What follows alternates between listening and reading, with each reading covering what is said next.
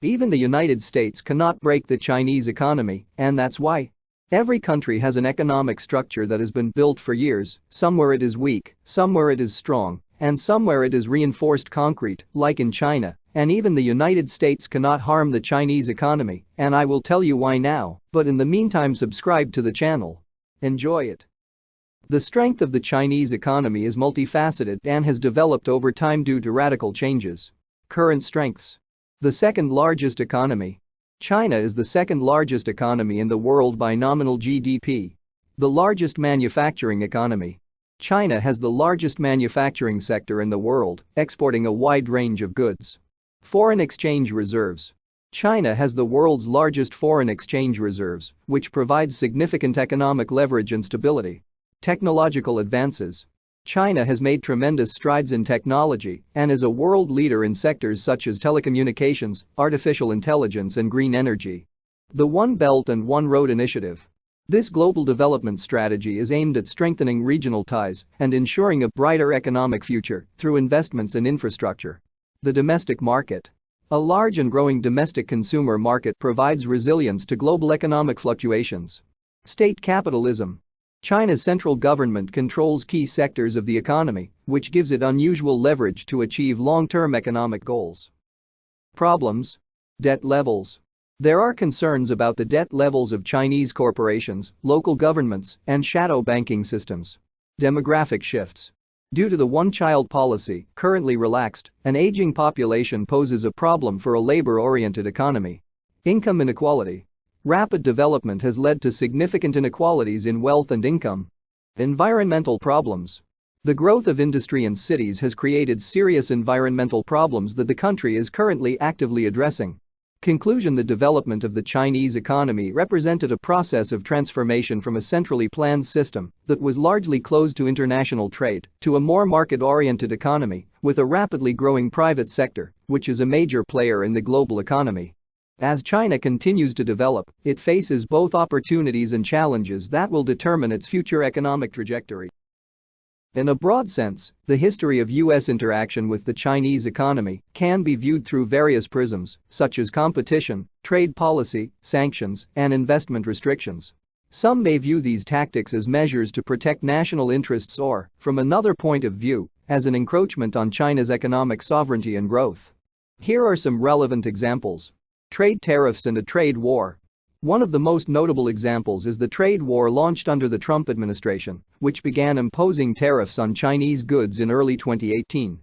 The U.S. has accused China of unfair trade practices, such as theft of intellectual property, forced technology transfer, and the provision of significant subsidies to domestic industry, which, according to the U.S., harm global markets.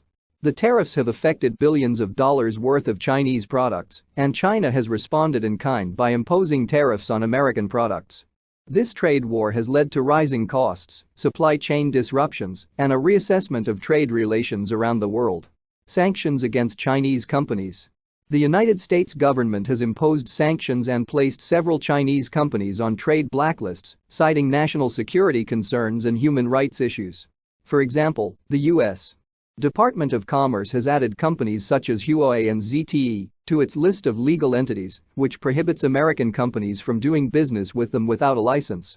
These restrictions limit the ability of Chinese technology companies to access American technologies, including semiconductors, which are vital for many modern electronic devices. Investment restrictions. The U.S. has scrutinized and, in some cases, restricted Chinese investments in the United States, especially in sectors considered critical to national security.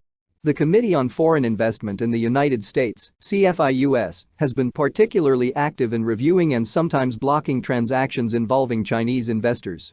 For example, in 2018, President Trump blocked the proposed acquisition of Qualcomm by Singapore-based Broadcom, citing concerns that it would potentially benefit Chinese competitors in the race to develop 5G technology. Legislation restricting Chinese companies. The U.S. Congress has passed laws that include provisions specifically targeting Chinese companies. For example, the law on holding foreign companies accountable was signed in December 2020. This law threatens to exclude Chinese companies from the list of U.S. stock exchanges if they do not comply with American auditing standards. Export control. The United States has also strengthened its regulation and control over the export of certain technologies to China. For example, the Export Control Reform Act (ECRA) and the Foreign Investment Risk Analysis Modernization Act (FIRMA) were passed to strengthen export controls and inspections of foreign investments in the United States, with a focus on technologies with potential military. It is important to note that while these U.S. actions affect the Chinese economy, they also have implications for American and global businesses. Moreover, the Chinese government has taken various countermeasures and continues to develop its domestic industry to reduce dependence on foreign technologies and markets.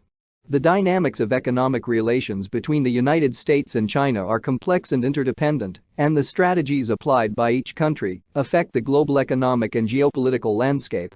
China's phenomenal GDP growth over the past few decades can be explained by a combination of factors, including economic policy reforms, large-scale capital investment, both domestic and foreign, abundant and relatively cheap labor, industrialization, and a strong emphasis on export-oriented industries.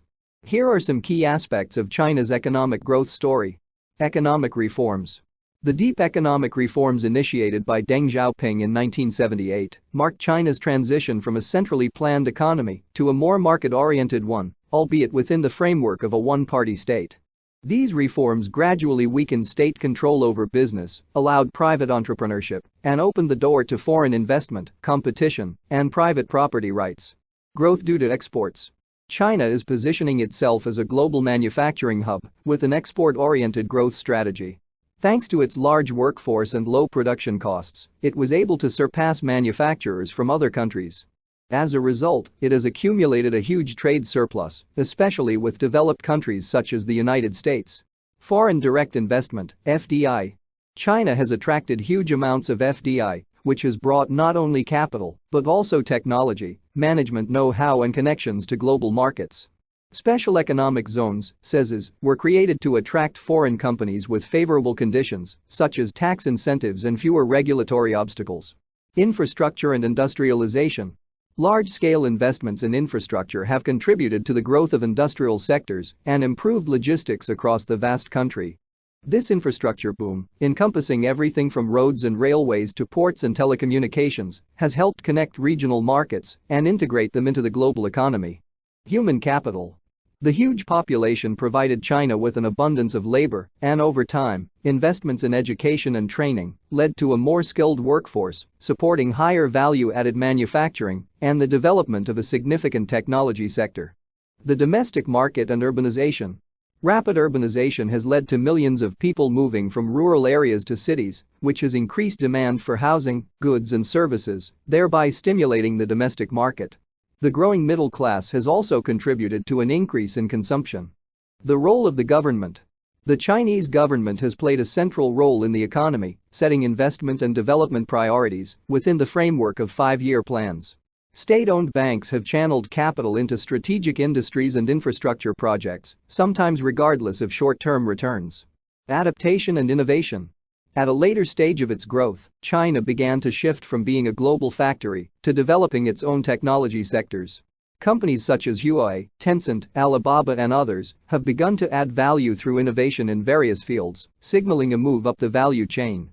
Despite these growth factors, China's rapid expansion has not been without challenges, including environmental pollution, growing inequality, debt sustainability issues, and the need for further economic and institutional reforms. The nature of China's economic growth is also changing, as domestic consumption, innovation and services play an increasingly significant role in its economy, and the country seeks to move. Despite all these examples and cruel factors on the part of America, the Chinese economy has not shaken in any way. There were moments when exports sagged, for example, of the same wood that was purchased in the depths of Russia, but China quickly found a replacement for such exports. It buys cheap gas and oil from Russia, which is a friendly country for them, and sells it to the United States, earning very huge amounts of money to the state budget, thereby reinforcing its and without that, a strong economy. Be sure to write in the comments what you think about this, because your opinion is very important, and do not forget to subscribe to my YouTube channel, because new videos every 2 days.